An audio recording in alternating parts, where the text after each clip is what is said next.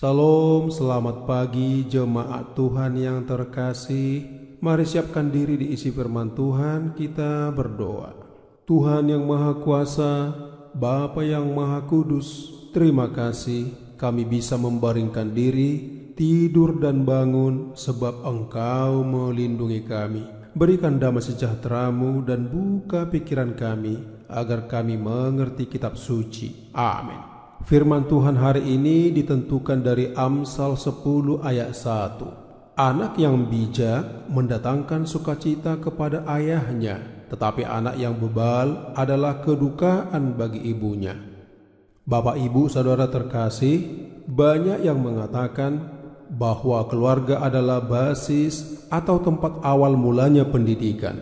Bahkan ada yang berpandangan sikap dan kepribadian seorang anak mencerminkan kehidupan keluarga di mana dia tinggal dan dibesarkan. Tidak bisa dipungkiri, di era yang semakin maju dan modern saat ini, banyak hal yang mempengaruhi sikap dan perilaku kehidupan orang percaya, termasuk anak-anak. Karenanya dibutuhkan perhatian dan tanggung jawab yang serius terhadap anak-anak untuk mendidik dan mengajar mereka agar dari usia dini terbentuk kepribadian yang bijak, yang bisa melihat dan menilai segala sesuatu dengan benar. Sebaliknya, anak yang tidak mendapat perhatian dan kurang mendapat pendidikan di rumah, jangan diharap mereka jadi anak yang manis dan baik, tetapi berpotensi jadi bebal dan mendukakan ibunya.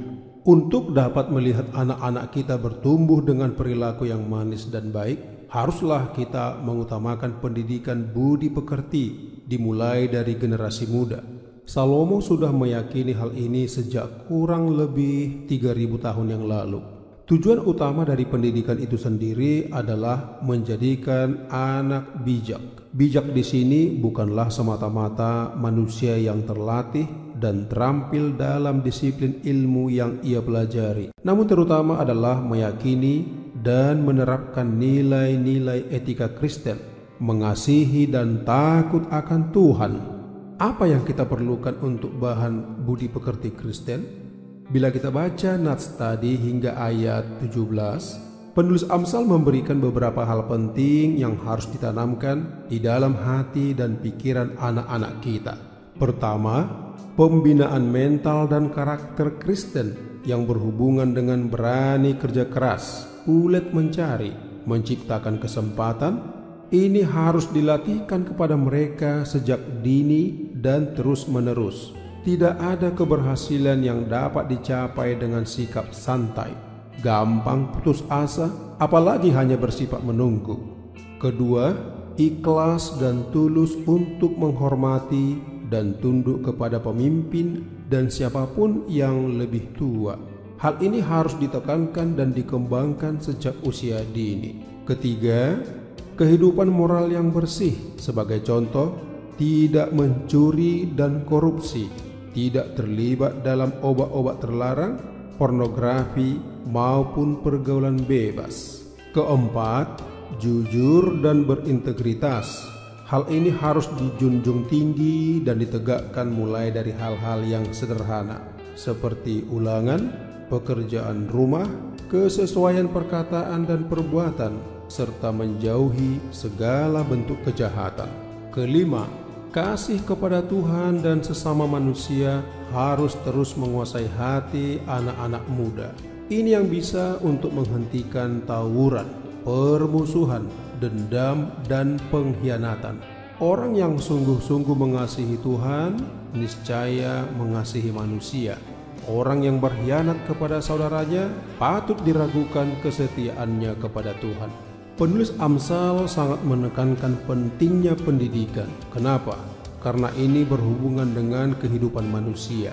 Bila kita mengharapkan anak-anak kita bijak, kita sebagai orang tua, termasuk para guru, pendeta, penginjil, dan lain-lain, seharusnya terus berusaha menemukan dan mengembangkan metode pendidikan sehingga anak-anak tertarik, mau mendengarkan, dan akhirnya menerapkannya. Bapak, Ibu, Saudara terkasih, sebagai orang percaya kita harus memberi teladan. Perbuatan kita harus sesuai dengan perkataan, nasihat atau didikan yang kita sampaikan, bukan omong doang atau didikan kaleng-kaleng. Firman Tuhan tegas mengatakan, awasilah dirimu sendiri dan awasilah ajaranmu. Bertekunlah dalam semuanya itu, karena dengan berbuat demikian, engkau akan menyelamatkan dirimu dan semua orang yang mendengar engkau. Juga dikatakan, marilah kita mengasihi bukan dengan perkataan atau dengan lidah, tetapi dengan perbuatan dan dalam kebenaran.